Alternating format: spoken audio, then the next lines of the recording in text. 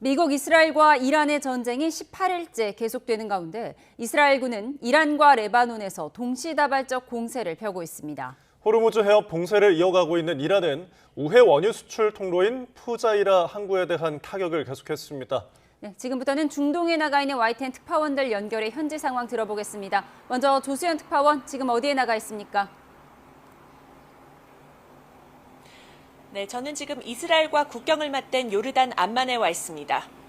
김혜린 특파원은 어디에 나가 있나요?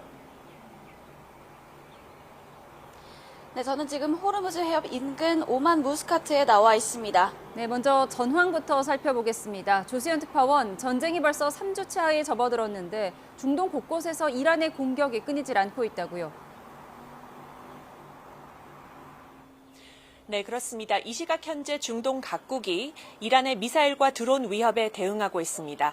아랍에미리트 아부다비에서는 미사일이 요격되면서 떨어진 파편에 맞아 한 명이 숨졌다는 소식이 들어왔습니다. 카타르에도 미사일이, 그리고 쿠웨이트에는 드론이 날아들면서 군 당국이 요격에 나섰습니다. 사우디아라비아 역시 유전지대가 있는 동부 지역에서 지난 몇 시간 사이 드론 12대를 격추했습니다. 친이란 무장 세력들이 활동 중인 이라크에서는 미국 대사관이 연일 표적이 되고 있는데요. 오늘 새벽 또다시 드론과 로켓 공격을 받았습니다. 일부는 격추됐지만 드론 한 대가 대사관 단지 내부를 타격하면서 화염이 치솟았습니다. 미 대사관과 외교공관, 이라크 정부 청사가 밀집된 이 그린존 외에도 바그다드 시내에서 새벽부터 폭발음이 이어진 것으로 전해졌습니다. 오늘 이란과 이스라엘도 계속 공습을 주고받고 있죠. 네, 양측의 공습 공방이 오늘도 끊이지 않고 있습니다. 이스라엘군은 오늘 새벽 이란과 레바논에서 동시다발적으로 대규모 공습을 재개했습니다.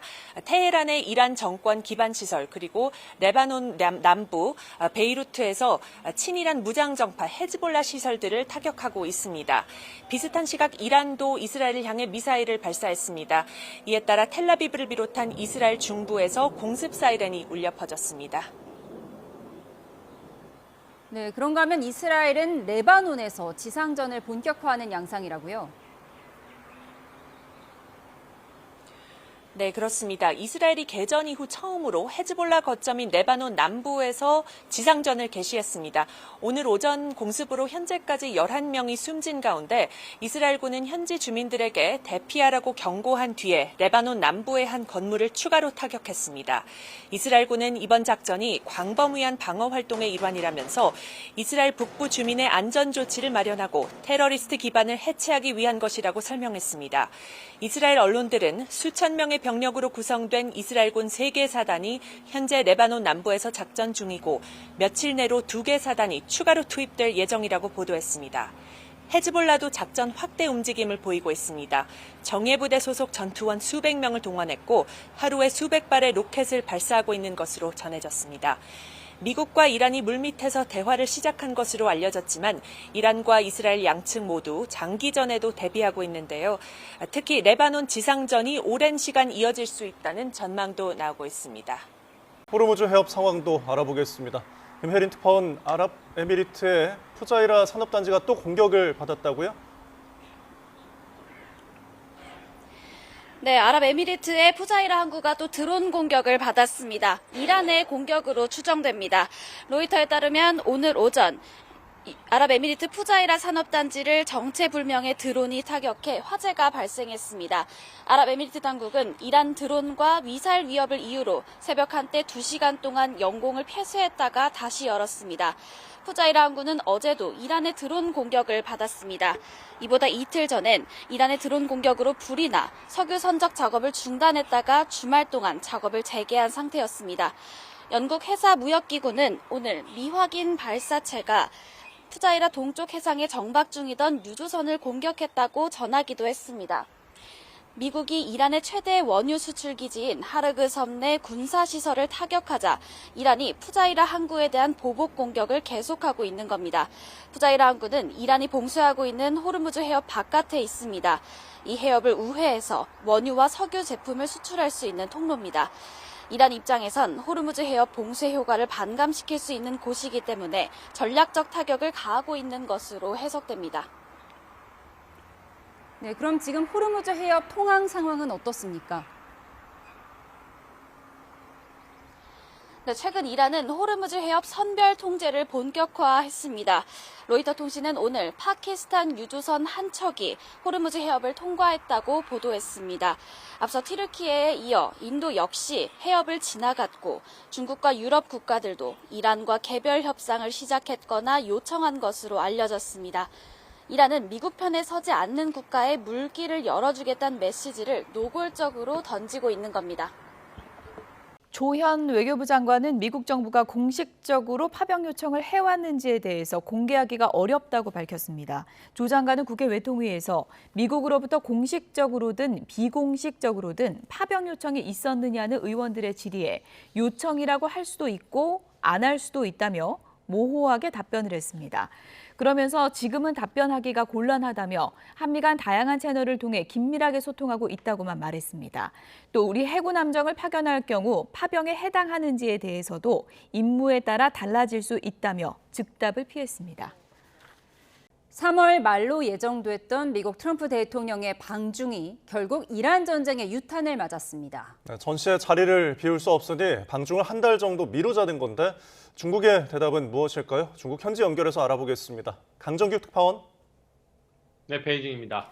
네, 이란 공습 이후 예정대로 중국을 방문할 수 있을지 의문이었는데 결국 미루자는 말이 나왔죠. 네, 원래 방중 일정은 3월 31일부터 4월 2일까지로 예정돼 있었습니다. 이란 전쟁이 길어진 탓에 자리를 비우기 어렵다는 게 표면적 이유입니다. 중국의 대답은 아직 안 나왔습니다. 하지만 못 오겠다는 손님을 억지로 끌고 올 수도 없는 노릇입니다. 다만 한 달 뒤란 방중 일정을 중국이 받아줄지 또 어떤 표현을 써가며 대답할지는 관전 포인트입니다. 잠시 뒤 중국 외교부 브리핑 지켜봐야겠습니다. 방중 연기는 호르무즈 해협 파병을 압박하는 트럼프식 협상의 기술은 아닌가요? 네, 파리 사전 협상 때도 미국은 중국 수입 에너지의 절반이 호르무즈를 지난다며 파병을 재촉했습니다. 또 무역법 301조를 근거로 중국의 강제노동 생산 조사에도 나섰습니다. 그러나 중국은 군함 파견을 사실상 거부했고 301조 조서에도 반발하며 보복을 시사하고 있습니다.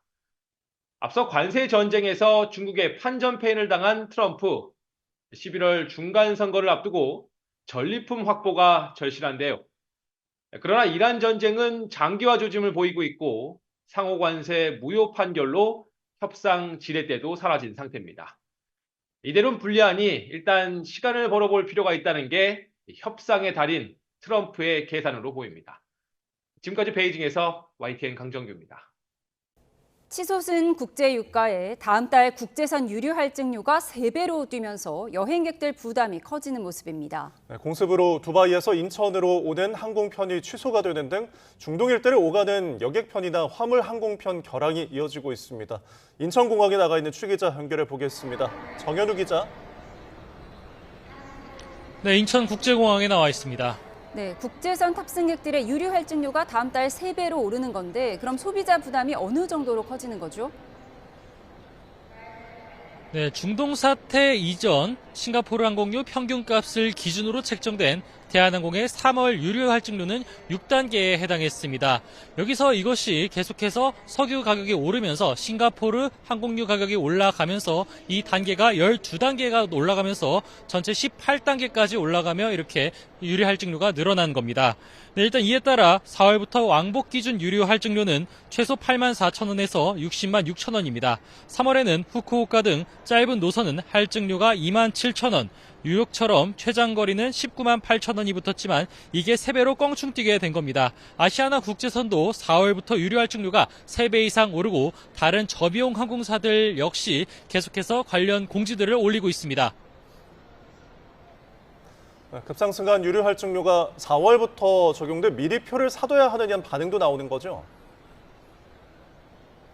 네, 공항에서 만난 승객들은 저희에게 계속해서 유류 할증료가 올라가는 상황이 부담스럽다고 말했습니다. 4월 발권 기준으로부터 계속해서 유가 할증료가 올라가기 때문에 미리 예매를 해둬야겠다는 얘기와 함께 아예 여행을 취소를 해야 될 것 같다는 말도 들었습니다. 아무래도 부담이 안 되진 않는 것 같아요. 너무 오르다 보면 그렇지 않을까요? 네, 뭐 아예 생각을 안 하거나 좀 그럴 것 같습니다. 중동 사태 이후로 국제선 항공료가 계속해서 오르는 추세가 그간 계속해서 이어졌기 때문에 유류 할증료 증가는 더욱더 체감이 될 것으로 보입니다. 일단 실제로 장거리 항공편 최근 가격 변동을 보면 어제 인천에서 파리로 가는 항공편 최저가는 72만 원 수준이었습니다. 전쟁이 시작된 지난달 28일엔 36만 원이었으니까 가격이 꾸준히 오른 셈입니다. 다른 여러 장거리 노선들을 봐도 이 같은 가격 상승 추세가 두드러집니다. 네, 하늘길을 이용한 중동 일대 여객이나 화물 운송 여전히 답답한 흐름이죠. 네, 대한항공과 중동 지역 항공사 세 곳이 그간 계속해서 정기 항공편을 운항해 왔는데 지금은 대부분이 취소되고 있는 상황입니다. 일단 대한항공은 두바이 노선 운항을 오는 28일까지 정지하기로 해둔 상황입니다. 오늘도 중동 지역 18개 항공편 가운데 두바이를 오가는 에미리트 항공편 운항이 2건만 예정돼 있었는데요. 이마저도 어제 두바이 공항 인근 드론 공격으로 두바이 출발 예정 항공편이 하나 더 취소됐습니다. 이런 상황에 중동을 오가는 일반 여객기 공간에 화물을 실어서 보내는 벨리카고 운송 역시 제한될 수밖에 없는 상황입니다. 지금까지 인천국제공항에서 YTN 정현우입니다.